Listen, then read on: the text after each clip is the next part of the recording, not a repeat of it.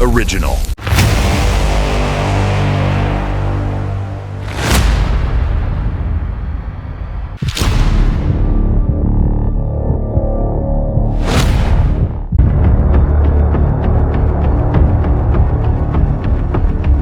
अगले दिन बाजार मामूल से हटकर गैर मामूली रश में डूबा हुआ था। चचा जमील ने पर्स की जिप बंद करते हुए सादा मगर दबे लहजे में कहा, रेखा कुमारी आज जल्दी जाना। ये हिदायत आम दिनों जैसी नहीं थी, ये राब्ते का इशारा था और इसके बाद हर हरकत तयशुदा दायरे में आती थी। मैंने सर हिलाया और मुकर्ररा रास्ता पकड़ा। चाय खाने के मोड़ पर वो अफसर नमूदार हुआ। कोई सलाम नहीं, कोई फालतू बात नहीं। इसके हाथ में वही छोटा थैला था, आज खाली। इसने बेंच पर रख दिया और मुख्तसर कहा, मौसम बदल रहा है, कपड़ा काम आता है। ये जुमला कोडेड पैगाम था। इसका मतलब था निशान एक्टिव है। मैंने थैला नहीं उठाया। ये हमारी तयशुदा पॉलिसी थी। कोई भी चीज़ बराह रास्त हाथ में नहीं ली जाएगी।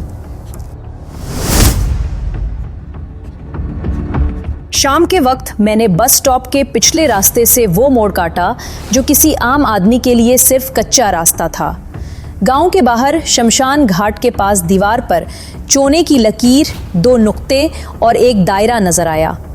ये निशान ऑपरेशन रूम की फील्ड ड्राइंग में मखसूस हाई वैल्यू साइन था। मैंने पत्थर हटाया। नीचे एक छोटा सा वाटरप्रूफ रिलाफ था। इसमें एक सम कार्ड और कागज़ का टुकड़ा मिला। कागज़ पर लिखा था R17A 5-19 31 0 और F03 को खामोश रखो। F03 ये कोड मेरे अंदरूनी नेटवर्क से जुड़ा हुआ था। इसका मतलब था कि मामला सिर्फ दुश्मनी का नहीं, अंदरूनी चैन में लेक मौजूद है। मैंने कुछ नहीं निकाला, रिलाफ वापस रखा, पत्थर वैसे का वैसा जमा दिया। यहाँ से आगे का प्रोटोकॉल वाजे था, एरिया मार्क करो, राब्ता मत तोड़ो। रात को बारिश शुरू हो चुकी थी। मैं साइबान के नीचे बैठकर धागा लपेट रही थी कि वो अफसर दोबारा आ गया। बारिश सीधी उस पर गिर रही थी, लेकिन वो रिवायती कोट में था। बगैर किसी रस्मी बात के बेंच पर बैठ गया। कुछ देर बाद उसने जेब से फोल्ड किया हुआ एक कागज़ निकाला, बेंच पर रखा और उठ गया।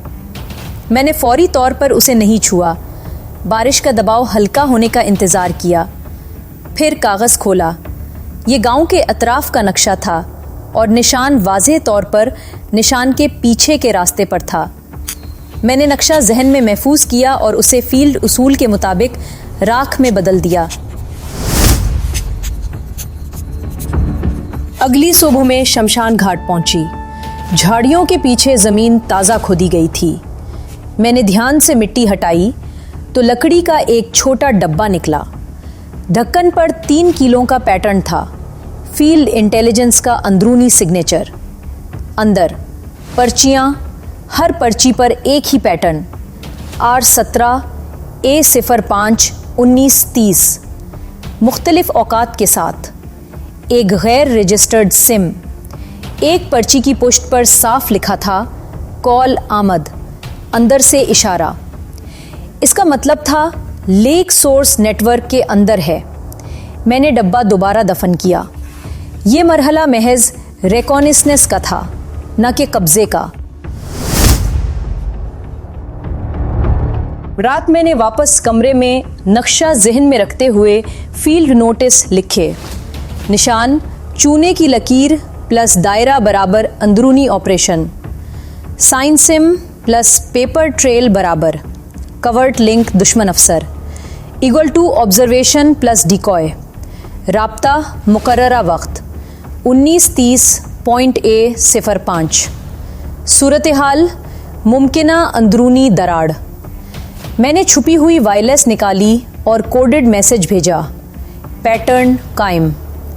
कुछ देर बाद दूसरी जानिब से एक हल्की सांस और फिर 4 अल्फाज मौसूल हुए, कवर साइन सातारा, वापस न लौटो। ये अंदरूनी हिदायत थी मगर लहजे में गैर मामूली सख्ती थी। इसका मतलब वाज़े था, ऑपरेशन के अंदर कोई और लेयर एक्टिव हो चुकी है। दरवाजे के नीचे एक कागज़ सरकाया गया। उस पर लिखा था कल 19:30 मिनट और नीचे वही निशान, 2 नुक्ते, एक दायरा। मैंने कागज़ तह किया और आला बंद किया। मुकर्ररा वक्त और पॉइंट वाज़े हो चुका था। ये कोई आम मीटिंग पॉइंट नहीं, ट्रिगर जोन था। 19:30 पर या तो किसी का नेटवर्क खुलेगा या कोई खुफिया लाइन हमेशा के लिए बंद हो जाएगी। अब पीछे हटना मुमकिन नहीं था। सुबह के वक्त गांव की फजा अजीब सी हो गई थी।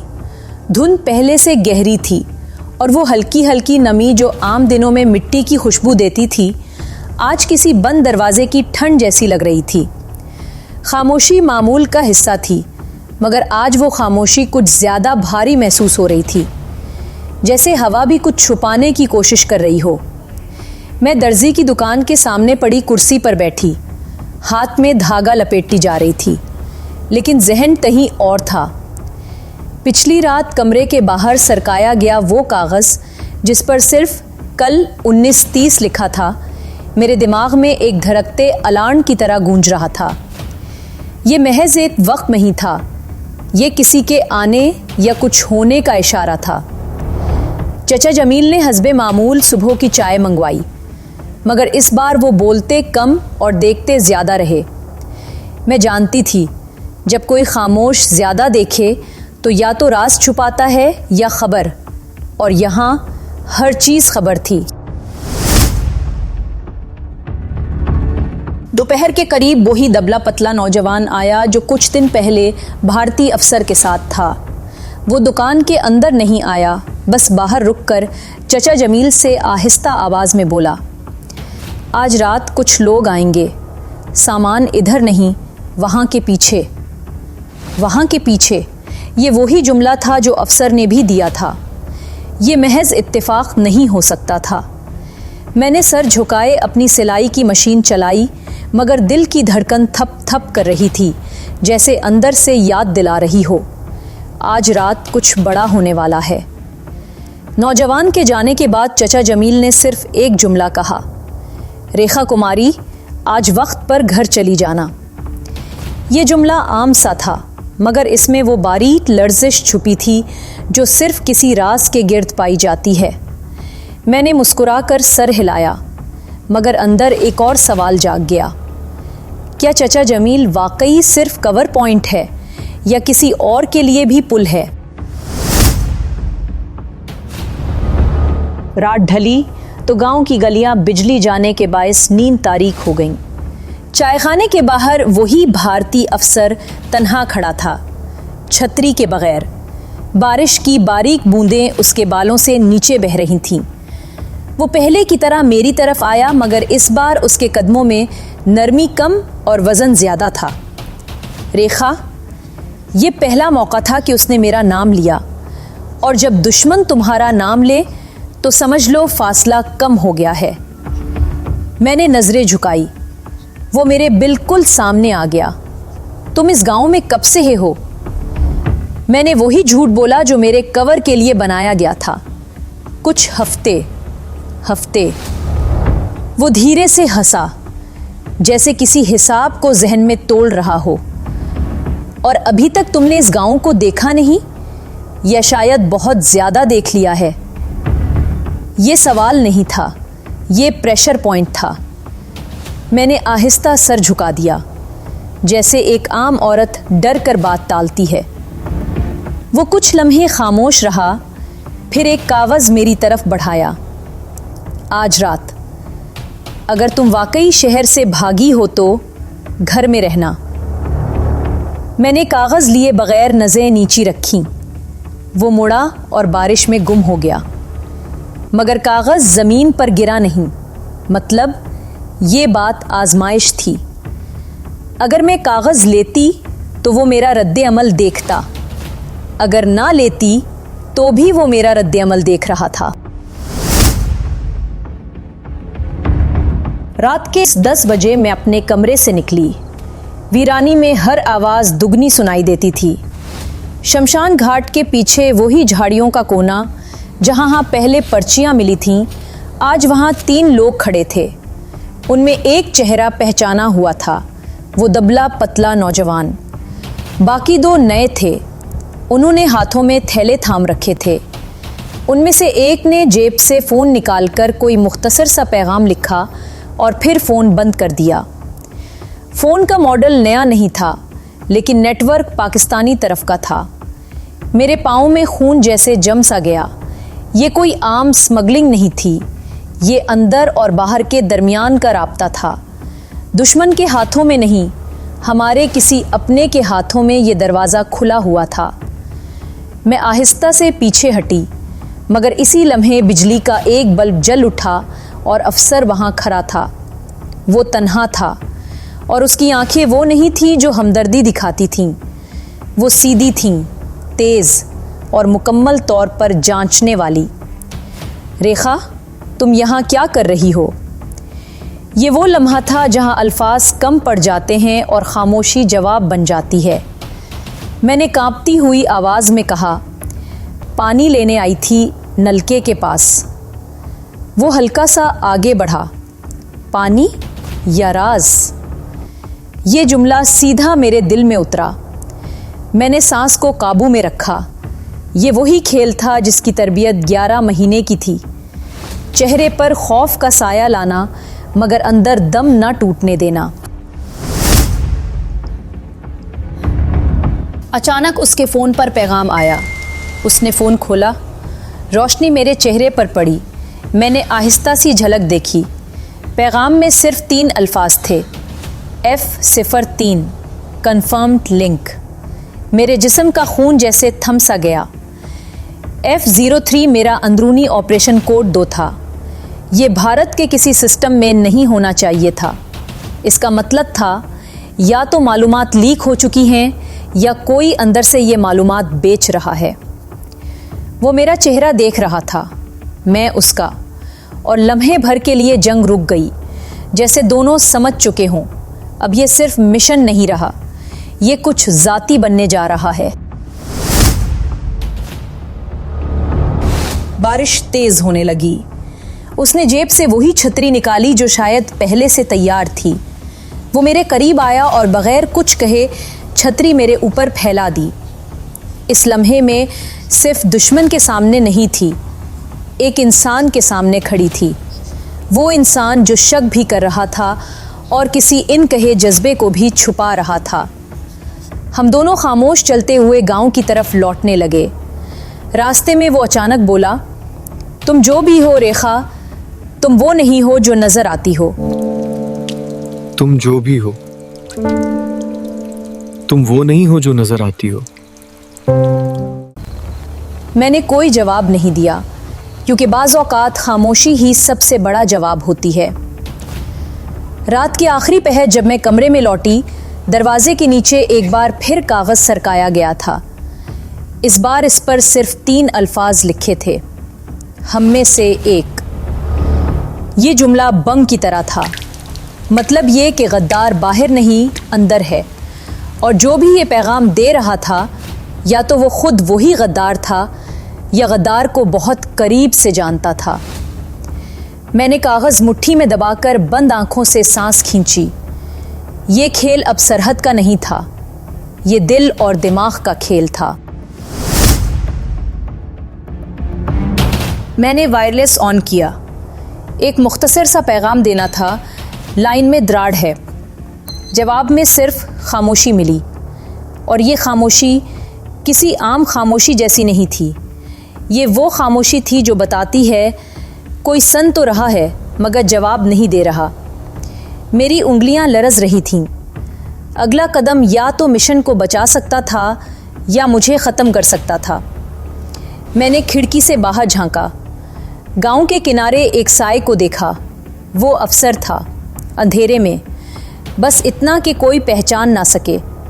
और मुझे लगा जैसे वो भी ये सोच रहा हो, कौन है वो जो हम दोनों को खेल रहा है। चांद के नीचे साया लंबा हो गया। कहानी अब सिर्फ बॉर्डर की नहीं रही थी, ये अंदर की जंग थी, और ये जंग अभी शुरू हुई थी। रात साकित थी। लेकिन मेरे अंदर शोर था। कमरे के फानूस से लटकती हुई मध्यम पीली रोशनी दीवारों पर हल्की लर्जिशें डाल रही थी। दरवाजे के नीचे से जो कागज़ फिसलाया गया था, हम में से एक, वो अब मेरे सामने मेज़ पर रखा हुआ था। ये 3 लफ्ज़ सादा थे, मगर मेरे अंदर किसी बंद दरवाजे पर ज़ोर से दस्तक दे रहे थे। मैंने एक लम्हे के लिए अपनी उंगली उस कागज़ पर रखी, जैसे शायद कागज़ मुझे जवाब दे दे, लेकिन कागज़ सिर्फ खामोश रहता है, और खामोशी अक्सर सबसे खौफनाक सच बोलती है। मैंने मेज़ के निचले खाने से वो पतला वायरलेस निकाला जो सिर्फ एक तरफा सिग्नल भेजता था। मेरी हिदायत ये थी कि अगर मिशन के अंदर किसी मशकूक रुख का सुराग मिले तो कोड एको 7 कहना है। मैंने सांस खींची और धीरे से बोला, एको 7, अंदर का सिग्नल। रेडियो के दूसरी तरफ सिर्फ खामोशी थी, लेकिन वो खामोशी बिल्कुल वैसी नहीं थी जैसी आम औकात में होती थी। ये तवज्जो वाली खामोशी थी, जैसे कोई सुन तो रहा है मगर बोल नहीं रहा। यही वो लम्हा था जब मेरे दिल में पहली बार एक कांटा सा चुभा। क्या मरकज़ को पहले से इल्म है? अगली सुबह गांव का माहौल मामूल से मुख्तलिफ था। वही चायखाना जिसमें रोज़ चंद बुजुर्ग बैठकर पुरानी बातें करते थे, आज वहाँ 3 अजनबी चेहरे मौजूद थे। एक ने सर पर रुमाल बांध रखा था, दूसरे की कलाई पर वही मखसूस धागा बंधा था जो बॉर्डर के दूसरी तरफ के मिलिशिया ग्रुप पहनते हैं, और तीसरा चेहरा भारतीय अफसर। इसकी आंखें आज और भी तेज़ थीं, जैसे वो किसी शक को साबित करने के करीब हो।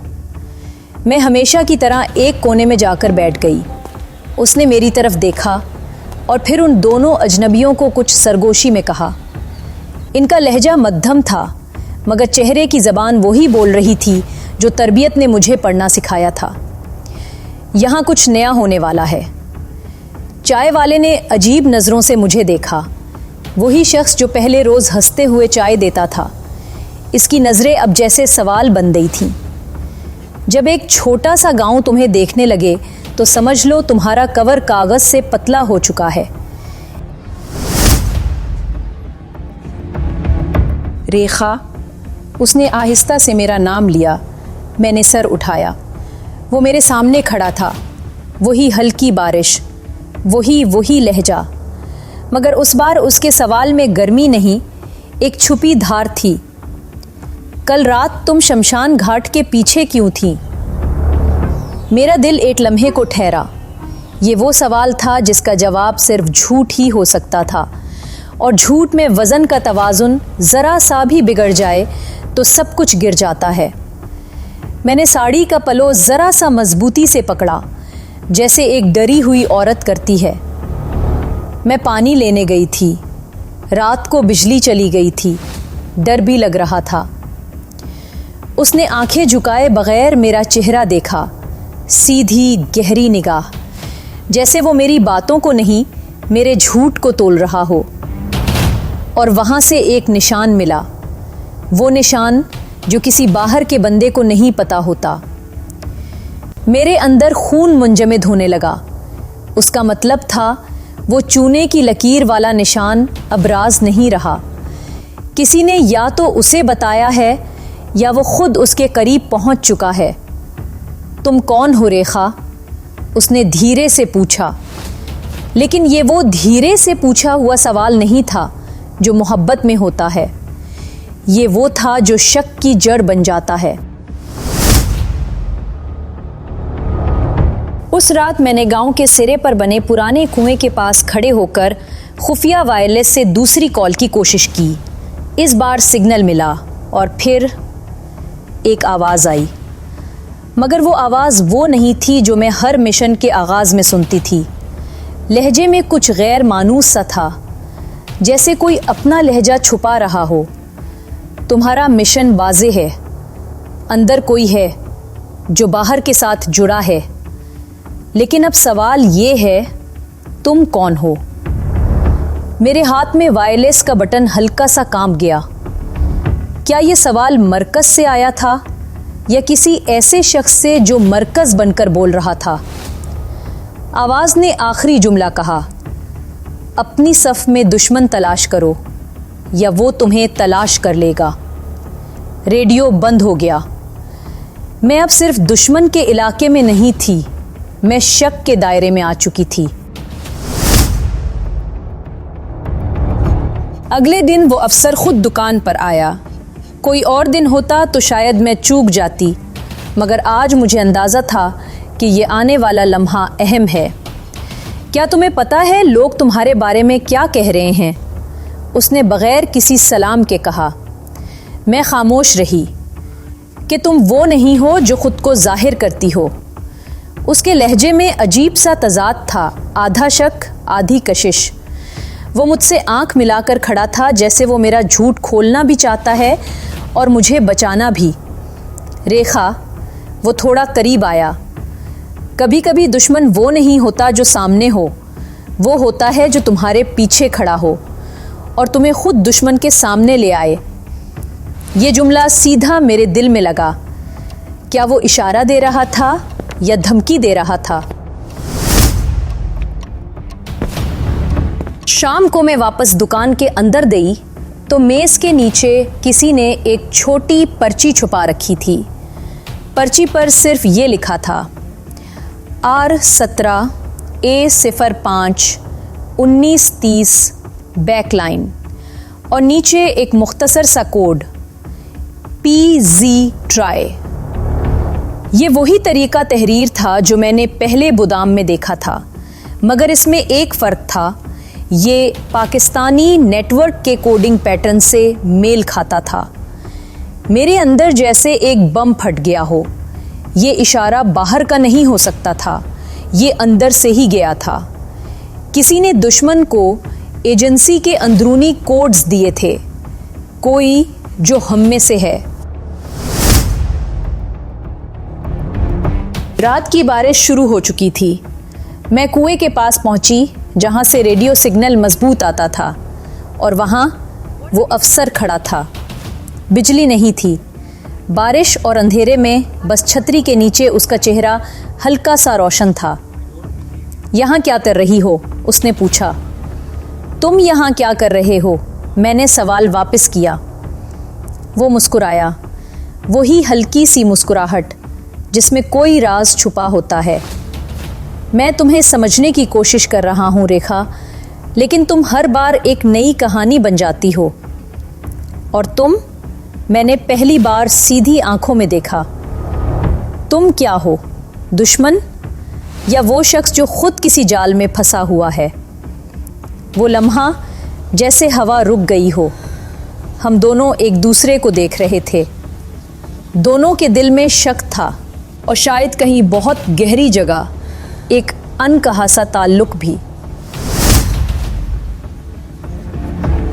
मैं वापस कमरे में पहुंची तो दरवाज़ा हल्का सा खुला हुआ था। अंदर अंधेरा था, किसी ने कुछ नहीं चुराया था, मगर मेरे फील्ड नोटिस उल्टे पड़े थे। ये वाज़े था कोई अंदर आ चुका है। मैंने आहिस्ता आहिस्ता दरवाज़ा बंद किया और बैठ गई। दिल में अजीब सी खराश सी थी। ये दुश्मन का वार नहीं था, ये अपनों के हाथ का लम्स था, और यही सबसे ख़तरनाक हमला होता है। सुबह होते ही एक नया पैगाम सरकाया गया। इस पर सिर्फ एक लाइन लिखी थी, कल रात तुम्हें हमारे अपने ने देखा था। मेरी सांस रुक गई। ये अब खेल नहीं रहा था, ये अब जाल था जिसके अंदर मैं खुद भी फंस सकती थी। मैंने रेडियो का बटन दबाया, सिर्फ एक जुमला बोला, शैडो इज़ इनसाइड, साया अंदर है। और दूसरी तरफ से एक सर्द आवाज़ आई, बग़ैर तारुफ के, बग़ैर ताख़ीर के, ट्रस्ट नो वन। मेरी उंगलियों में वो पर्ची दबी थी जिस पर PZ3 लिखा था, और जहन में दुश्मन अफसर का चेहरा।